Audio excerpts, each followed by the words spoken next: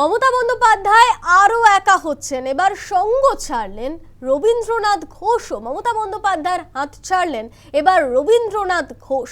ঋতব্রত শিবিরে নাম লিখিয়ে এই বিস্ফোরক মন্তব্য করলেন এবার কোচবিহারের রবীন্দ্রনাথ ঘোষ। বিস্ফোরক মন্তব্য করেছেন তিনি বলছেন, অভিষেক বন্দ্যোপাধ্যায়ের ভুল সিদ্ধান্তে তৃণমূলের অবনতি।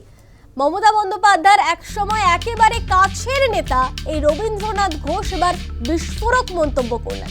সংখ্যাগরিষ্ঠ সদস্যরা যেখানে সেখানেই থাকবো, অভিষেককে রাজনীতি থেকে সরাতে হবে, অভিষেক সরলেই মমতার পক্ষে থাকবো, যতদিন সূর্য তারা থাকবে মমতাকে নেত্রী মানব।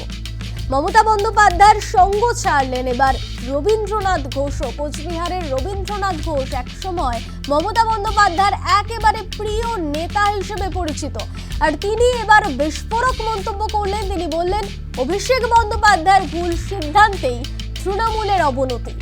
সংখ্যাগরিষ্ঠ সদস্যরা যেখানে থাকবে সেখানেই থাকবো, অভিষেক বন্দ্যোপাধ্যায়কে রাজনীতি থেকে সরাতে হবে, অভিষেক সরলেই মমতা বন্দ্যোপাধ্যায়ের পক্ষে থাকবো, যতদিন সূর্য তারা থাকবে মমতা বন্দ্যোপাধ্যায়কে ততদিন নেত্রী হিসেবে মানব।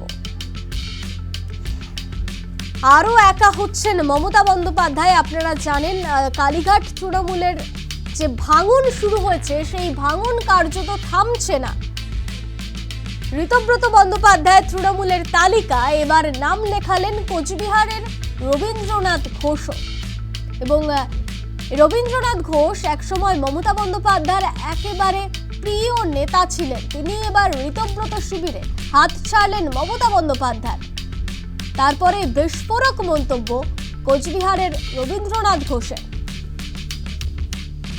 বিস্ফোরক মন্তব্য করেছেন তিনি বলেন, অভিষেক বন্দ্যোপাধ্যায়ের ভুল সিদ্ধান্তেই তৃণমূলের এই অবনতি হয়েছে। সংখ্যাগরিষ্ঠ সদস্যরা যেখানে থাকবে সেখানেই থাকবো, অভিষেককে রাজনীতি থেকে সরাতে হবে, অভিষেক সরলেই মমতা বন্দ্যোপাধ্যায়ের পক্ষে থাকবো, যতদিন সূর্য তারা থাকবে মমতা বন্দ্যোপাধ্যায়কেই নেত্রী হিসেবে মানব।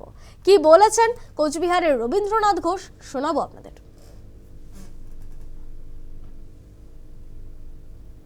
প্রথম দিন থেকে জেলা সভাপতি ছিলেন প্রায় 22 বছর। কেন এই সিদ্ধান্তটা নিতে হলো ঋতব্রত তৃণমূল? ঋতব্রত তৃণমূল বলে কোনো তৃণমূল নেই, প্রত্যেকটাই তৃণমূল কংগ্রেস। তৃণমূল কংগ্রেসে আগেও ছিল, এখনও আছি, আগামী দিনও তৃণমূল কংগ্রেসই থাকবে। সুতরাং মেজরিটি লোক যেখানে থাকবে, বিশেষ করে উত্তরবঙ্গের যে সমস্ত তৃণমূল নেতা আছে, এমএলএ আছে, তারা যেভাবে থাকবে, যেখানে থাকবে একসাথে, আমাদেরও সেখানেই থাকা প্রয়োজন বলে মনে করছি। কারণ আমরা এটাও দেখেছি যে আমরা তো দিদির সাথেই লড়াই করে আসছি, এখনও দিদিকে সম্মান করি, শ্রদ্ধা করি, কিন্তু দিদির হাতে কি সত্যি আর ক্ষমতা আছে? আজ সাধারণ কর্মীদের সেই প্রশ্ন। বিগত কয়েক বছর হলো আমরা লক্ষ্য করছি দিদির হাতের ক্ষমতা ছিল না, ক্ষমতাটা অন্য কোথাও কুক্ষিগত হয়েছিল, যার কারণে দিদির ইচ্ছা থাকলেও তৃণমূল কংগ্রেসের যারা আসল কর্মী তাদের জন্য কিছু করতে তিনি পারেননি। যার কারণেই প্রত্যেক জেলায় জেলায় যারা অযোগ্য লোক, যারা লুটে খাওয়ার লোক, তারা এসে সুযোগ নিয়ে দলটার 12টা বাজিয়ে ছেড়ে দিয়েছে। যে দলটা তৈরি করার জন্য অনেক কর্মীর রক্ত ঝরেছে, অনেক মানুষ অত্যাচারিত হয়েছে, অনেক মানুষ প্রচুর খেটেছে, সময় দিয়েছে, নিজেদের অর্থ দিয়ে দলটাকে সংগঠিত করেছে। সেই লোকগুলো শেষের দিকে এসে আর কোনো দলের কাছে, নেতৃত্বের কাছে কোনো পাত্তা পায়নি। সুতরাং আজকে এই যে নির্বাচন হয়ে গেছে, যাদের হাতে ক্ষমতা দিয়েছিল জেলায় জেলায়, তারা তাদের বাড়ি ছাড়া, তারা পালিয়ে গেছে, নিজেদের জীবন নিয়ে পালিয়ে গেছে, তারা যা টাকা পয়সা নিয়ে পালিয়ে গেছে। কিন্তু যারা সাধারণ কর্মী, তারা আজকে অত্যাচারিত হচ্ছে, তারা বাড়ি ছাড়া রয়েছে, তাদের আজকে দেখার কেউ নেই।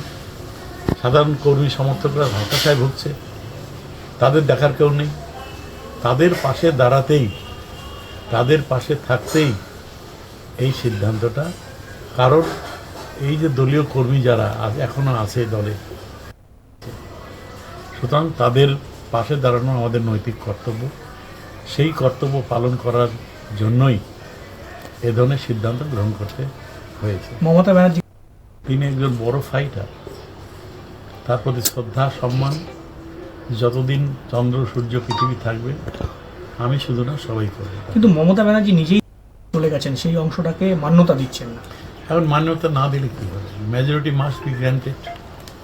উত্তরবঙ্গের সব এমএলএরা, সব নেতারা তারা একটা জায়গায় সংগঠিত হয়েছে, আমরা তার বাইরে যেতে পারবো না। এবং এই প্রথম উত্তরবঙ্গ থেকে রাজ্য তৃণমূল কংগ্রেসের সভাপতি নির্বাচিত হয়েছেন বিপ্লব মিত্র।